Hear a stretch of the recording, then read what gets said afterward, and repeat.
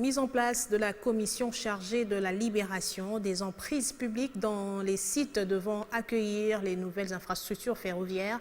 Cette commission vient d'être constituée par l'arrêt du gouverneur de la ville de Kinshasa, déterminé à l'aboutissement de cet ambitieux programme ayant pour objectif de faciliter la mobilité des Kinois dans la capitale par voie ferrée. Jean-Tini Ngobila a tenu la première réunion avec les membres de cette commission en présence de l'équipe dirigeante du projet Métrokin.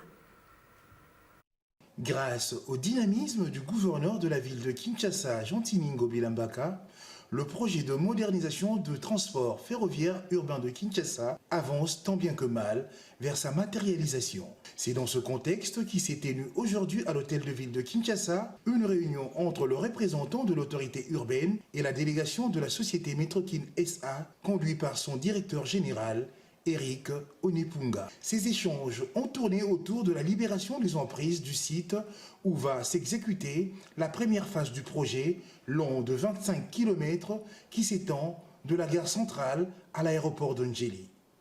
Par ailleurs, ici est de rappeler que l'autorité urbaine avait pris un arrêté mettant en place le comité de libération des emprises constitué du BCECO, de l'ONATRA, de l'hôtel de ville de Kinshasa, des communes de Massina et Limete et de la société civile ainsi que de la police nationale congolaise. Lors de cette réunion de prise de contact, 3 points étaient inscrits à l'ordre du jour. Point 1, le mot du représentant du gouverneur de la ville de Kinshasa.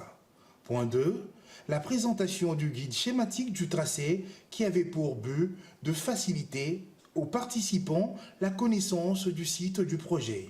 Point 3, la présentation de la procédure d'indemnisation des personnes impactées par le projet selon les normes recommandées par les bailleurs internationaux.